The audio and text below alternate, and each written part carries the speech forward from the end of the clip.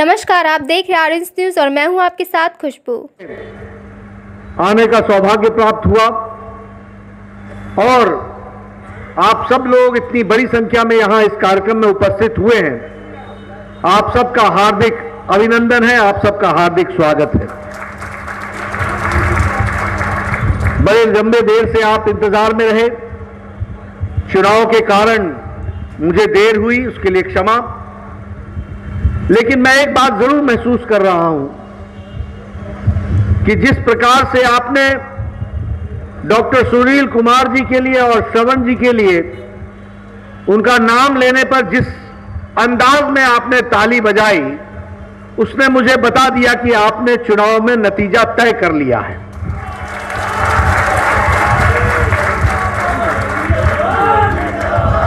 इसलिए मैं इनके लिए तो आपसे निवेदन कर रहा हूं, लेकिन इनके माध्यम से मैं बिहार शरीफ और जिले के 7 सीटों पर एनडीए के प्रत्याशी विजय हासिल करें, इसके लिए मैं आपको निवेदन करने के लिए आया हूं। आपने सिर्फ एक सीट पर नहीं, सभी सीटों पर अपने रिश्तेदारों को, अपने जानने वालों को, अपने पहचानने वालों को, सबको बताना है कि एनडीए के प्रत्याशी को जीत करके बिहार का विकास में एक नया आयाम जोड़ना है। इसके लिए हमको काम करना है। मित्रों, आजकल मैं जब चुनावी सभा में जाता हूं तो मैं 15 साल पहले, 10 साल पहले की चुनावी सभा को याद करता हूं। पहले जब चुनाव होती थी तो लोग क्या करते थे? मैं इस जाति का हूं, मैं अगड़ा हूं, मैं पिछड़ा हूं, मैं दायां वाला हूं, मैं बायां वाला हूं, मैं गंगा के उस पार का हूं, मैं गंगा के इस पार का हूं, मैं इस जाति का हूं, मैं उस जाति का हूं। यानी चुनाव जाति के आधार पर, चुनाव वर्ग के आधार पर, चुनाव अगड़ा पिछड़ा के आधार पर, चुनाव गंगा के उस पार और इस पार के आधार पर लोग लड़ा करते थे। लेकिन नरेंद्र मोदी जी ने भारत के राजनीति का चाल, चरित्र, कार्य करने का तरीका, संस्कृति, इसको बदल डाली। मोदी जी के आने के बाद भारत की राजनीति का चाल, चरित्र, संस्कृति बदल गई है। इसको हमको समझना चाहिए। अब लोग जात पर वोट नहीं मांगते। अब लोग, हमारे विरोधी भी अब जात की बात नहीं करते, वर्ग की बात नहीं करते। अब किसी को भी वोट मांगना हो तो वो अपने द्वारा किए गए कामों को गिना करके रिपोर्ट कार्ड के आधार पर वोट मांग रहा है। और जब हम रिपोर्ट कार्ड की बात करते हैं तो हमारे विरोधी कहते थे, जब मोदी जी ने कहा कि 1,25,000 करोड़ रुपए 2015 में हम बिहार को देंगे, बोला था कि नहीं बोला था? बोला था ना। तो उस समय क्या बोलते थे ये राजद वाले? ये तो जुमला है, जुमला, कुछ नहीं होगा। मित्रों, मैं आपको 1,25,000 करोड़ का तो रिपोर्ट कार्ड देता ही हूं, साथ में यह भी बताता हूं कि मोदी जी ने इसके अलावा 40,000 करोड़ रुपए बिहार को अलग से दिए हैं। इस बात को भी हमको ध्यान में रखना चाहिए। क्या यह सच्चाई नहीं है कि 10,000 करोड़ रुपए शिक्षा को दिए गए, 600 करोड़ रुपए स्वास्थ्य को दिए गए, और स्वास्थ्य में दरभंगा का all India institute of medical sciences का 1,200 करोड़ रुपए नहीं है, वो अलग है। पटना का 5,000 करोड़ रुपए का नया जो 5,000 बिस्तरों का देश का सबसे बड़ा अस्पताल बन रहा है, वो 5,000 करोड़ अलग से है। उसी तरीके से 7 सुपर स्पेशलिटी ब्लॉक दिए हैं, ये अलग से है। और जब मैं भारत का स्वास्थ्य मंत्री था मोदी जी के प्रधानमंत्रित्व काल में, पिछले बार, तो मैंने बिहार को 11 मेडिकल कॉलेज दिए, 11 मेडिकल कॉलेज दिए हैं, और एक एक मेडिकल कॉलेज 800 करोड़ रुपए का दिया है। 54,000 करोड़ रुपए का हाईवे, नेशनल हाईवे, ये NH-84, NH-71, ये जितने आप नेशनल हाईवे देख रहे हैं, पहले मैं जब बचपन में पटना से निकलता था और रांची जाता था तो यही बख्तियारपुर और बिहार शरीफ क्रॉस करते करते सुबह का चला होता था तो दोपहर हो जाती थी, हजारीबाग पहुंचते पहुंचते तक शाम हो जाती थी। आज NH हाईवे पकड़ो, फटाफट चलो और धड़ाधड़ तरीके से आप पहुंच जाओ जहां भी जाना है। 3-4 घंटे के अंदर बिहार के किसी भी इलाके में आज आप पहुंच सकते हो। कुमार जी और मोदी जी के आशीर्वाद से, नीतीश जी की मेहनत से हुआ है, इसको हमको समझना चाहिए।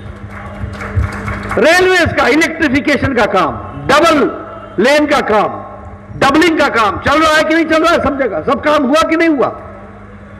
मित्रों, ये रिपोर्ट कार्ड मैं आपके सामने इसलिए रखना चाहता हूं क्योंकि दम पर बोलता हूं कि हम ऐसी सरकार के सदस्य हैं, हम ऐसी पार्टी के सदस्य हैं जो काम करती है, लोगों के लिए काम करती है, सेवा करती है, गरीब के झोपड़ी में 2 वक्त की रोटी का इंतजाम हो, उसका चूल्हा जले, इसकी व्यवस्था करती है तो नरेंद्र मोदी की सरकार करती है। यह हमको ध्यान में रखना चाहिए। आप बताइए, कोविड में कोरोना जब फैला और लॉकडाउन लगा तो मोदी जी ने 80 करोड़ की जनता के लिए मार्च महीने से लेकर छठ तक, दिवाली तक 5 किलो चावल या 5 किलो गेहूं और 1 किलो दाल का इंतजाम किया कि नहीं किया? किया कि नहीं किया? मुझे पीछे से आवाज चाहिए, किया कि नहीं किया? आप 80 करोड़ की जनता प्रति व्यक्ति के लिए 5 किलो चावल या 5 किलो गेहूं। हमको एक गांव में आदमी मिला, बड़ा खूब मजे में, हम कहा क्या मजा है, खूब अनाज आ रहा बा, खूब अनाज आ रहा बा। ये अंतर हमको जमीन पर देखने को मिलता है। आप बताइए, जब मोदी जी ने कहा था कि जनधन खाता खोलो तो कांग्रेस वाले मजाक बनाते थे कि नहीं, ये भारत का प्रधानमंत्री लाल किले के प्राचीर से जनधन का खाता खुलवा रहा है, क्या काम पकड़ा है। इसी कोविड में, कोरोना में, यही जनधन खाता बिना पोस्ट ऑफिस के, बिना पोस्टमैन के, बिना भारत के संचार मंत्रालय के, सीधा मोदी जी ने 20 करोड़ बहनों के खाते में 500 रुपए 3 महीने के लिए 1500 रुपए पहुंचा दिया। यह जनधन खाते का काम हुआ। आप बताइए, 6-8 करोड़ 55 लाख किसानों के खाते में प्रधानमंत्री किसान सम्मान निधि का 2 किस्त पहुंचा कि नहीं पहुंचा? पहुंचा कि नहीं पहुंचा? सीधा पहुंचा कि नहीं?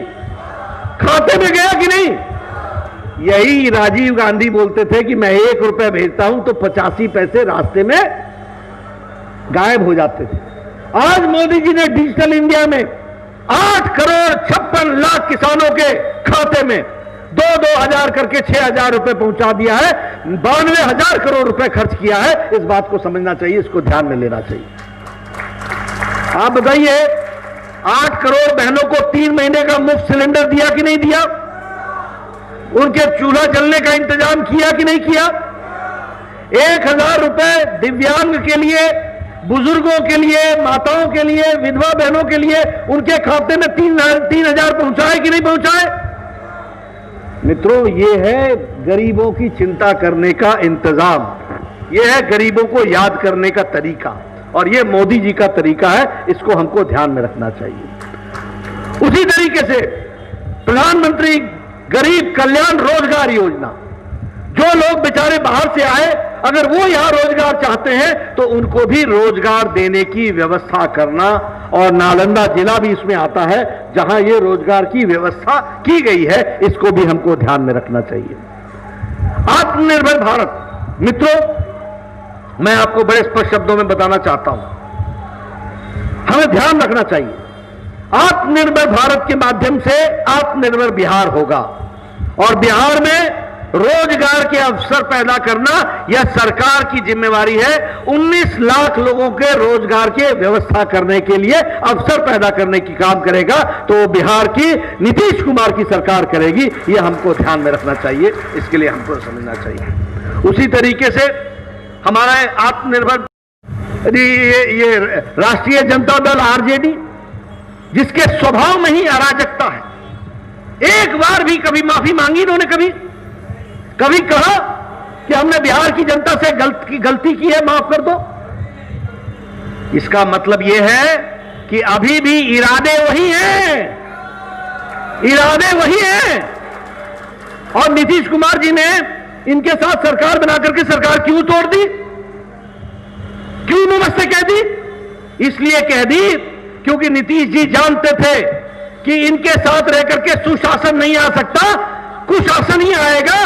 बीजेपी के साथ चल लेंगे तो सुशासन आएगा। नीतीश जी ने ध्यान में रखा, ये हमको समझना चाहिए। इसलिए इनसे बचो। और अराजक तो है ही, साथ में दोस्ती गांठ ली माले से, मार्क्सिस्ट लेनिनिस्ट से, जो विध्वंस के जाने जाते हैं, जिन्होंने रोहतास के इलाके में और आपके इलाके में विध्वंस, गोपाल जी के इलाके में इतना विध्वंस किया। इचरी कांड भूल गए क्या, जब राम सेवकों को गोली से भून दिया गया था? क्या पिपरा कांड भूल गए क्या, जब लोगों को जिंदा जला दिया गया था? और ये दंडनाते रहे। मित्रों, बिहार का चुनाव सिर्फ श्रवण कुमार जी का चुनाव नहीं है, बिहार का चुनाव डॉक्टर सुनील का चुनाव नहीं है, बिहार का चुनाव आने वाले आपके भविष्य का चुनाव है। इस बात की चिंता करने की जरूरत है। और उसमें से मिल गई कांग्रेस पार्टी। आजकल मुझे समझ में नहीं आता कि कांग्रेस पार्टी किसकी वकील बनी हुई है। राहुल गांधी धारा 370 पर बोलते हैं और इमरान खान राहुल के स्टेटमेंट को लेकर के यूएनओ में जाकर के बोलता है, देखो राहुल गांधी बोल रहा है। यानी ये भारत की भाषा बोलते हैं या पाकिस्तान की भाषा बोलते हैं? शशि थरूर लाहौर के मंच पर भारत की निंदा करता है और पाकिस्तान की तारीफ करता है। ये मणिशंकर अय्यर ये पाकिस्तान में जाके बोलता है कि हमको मोदी जी से छुट्टी दिलाओ।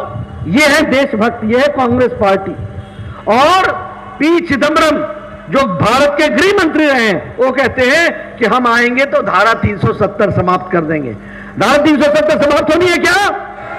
होनी है क्या? तो ऐसे लोगों को आप जवाब दोगे कि नहीं दोगे? इनका जवाब यह है कि डॉक्टर सुनील कुमार को, श्रवण कुमार को, नीतीश कुमार जी को काम दो और इनको घर पर बैठने का और आराम दो। इस तरीके की व्यवस्था करो, इस तरीके का काम करो। इसलिए मित्रों, मैं आपको बताने आया हूं, ये विध्वंसकारी ताकतें, ये अराजकता फैलाने वाले लोग। मैं बिहार में पटना में घूम रहा था, मैंने कहा यहां एक दुकान होती थी डी लाल एंड सन्स, बोले बिक गई। मैंने कहा यहां एक दुकान होती थी मेफेयर, बोले बिक गई। मैंने कहा कैसे बिक गई? बोले लालू जी का राज था, सबने कहा छुट्टी करो, औने पौने दाम में बेचो, जान बचाओ, लाखों उपाय जान बचाने पर लगे थे।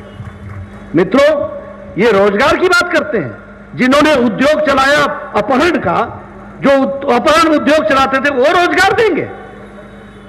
ये भुलावे में रखने वाले लोग हैं।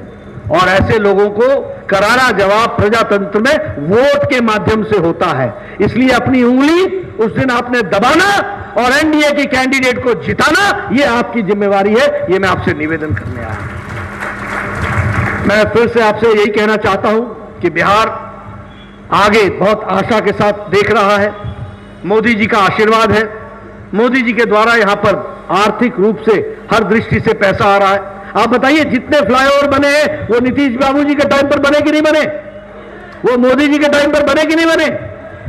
ये नया युग, लालटेन युग से एलईडी युग आ गया, बाहुबल से विकास बल आ गया और अविश्वास से विश्वास नेता आ गए। इस बात को समझना चाहिए और इसको ध्यान में लेकर के काम में जुटना चाहिए। मित्रों, आपने मेरी बात बहुत इत्मीनान से सुनी, आपका बहुत बहुत धन्यवाद। चुनाव के बाद मैं फिर आऊंगा और फिर आपसे मिलूंगा, लेकिन तब मैं मिलूंगा तो हमारी सरकार होगी और उस सरकार के माध्यम से आपके कामों में और विकास होगा। इस बात का विश्वास दिला के जाता हूं।